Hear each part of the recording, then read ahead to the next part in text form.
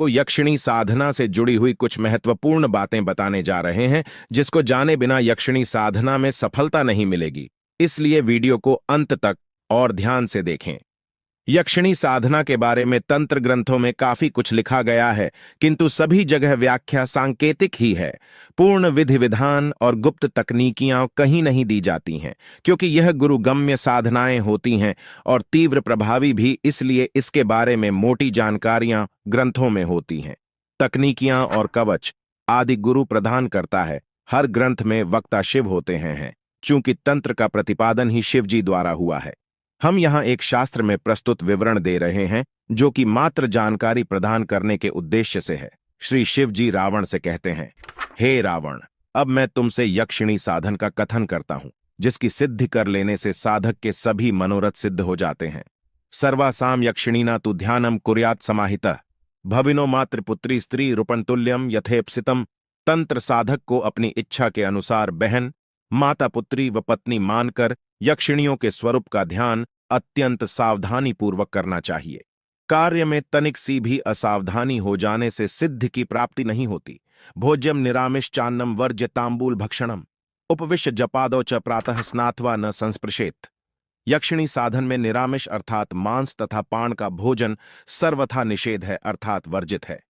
अपने नित्य कर्म में प्रातःकाल स्नान आदि करके मृगचर्म के आसन पर बैठकर फिर किसी को स्पर्श न करें।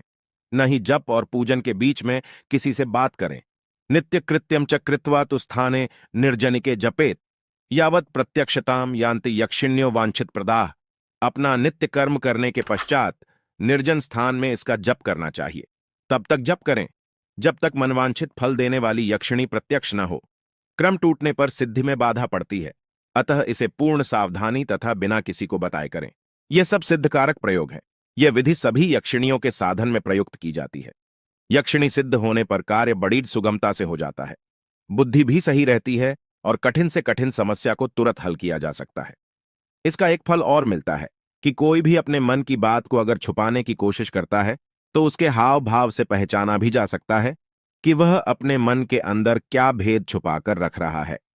यक्षिणी सिद्ध करने का समय महर्षि दत्तात्रेय का मत है कि आषाढ़ शुक्ल पूर्णमासी शुक्रवार के दिन पड़े तो गुरुवार को ही नहा धोकर एकांत स्थान का चुनाव कर लेना चाहिए और पहले से ही पूजा पाठ का सभी सामान इकट्ठा कर लेना चाहिए।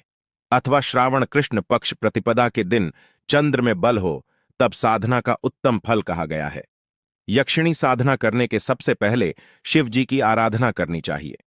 साधना काल में सबसे पहले भगवान भोलेनाथ की साधना करनी चाहिए। यह साधना किसी केले के अथवा बेल के पेड़ के नीचे की जाती है। शिव जी का आराधना मंत्र इस प्रकार से है, ओम रुद्राय नमः स्वाहा, ओम त्र्यंबकाय नमः स्वाहा, ओम यक्षराजाय स्वाहा, ओम त्रैलोचनाय स्वाहा। इसकी क्रिया, अपने चित्त को एकाग्र कर लें और दिए गए 4 मंत्रों को 5-5 हजार मालाओं का जाप कर लें। यह जाप किसी निर्जन स्थान में होना चाहिए, जहां पर कोई आता जाता ना हो।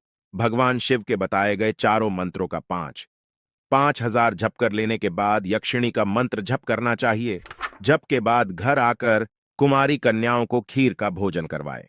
दूसरी क्रिया है कि किसी वट या पीपल के पेड़ की जड़ में शिव जी की स्थापना करके जल चढ़ाते रहें और प्रत्येक मंत्र की 5,000 मालाएं जपें।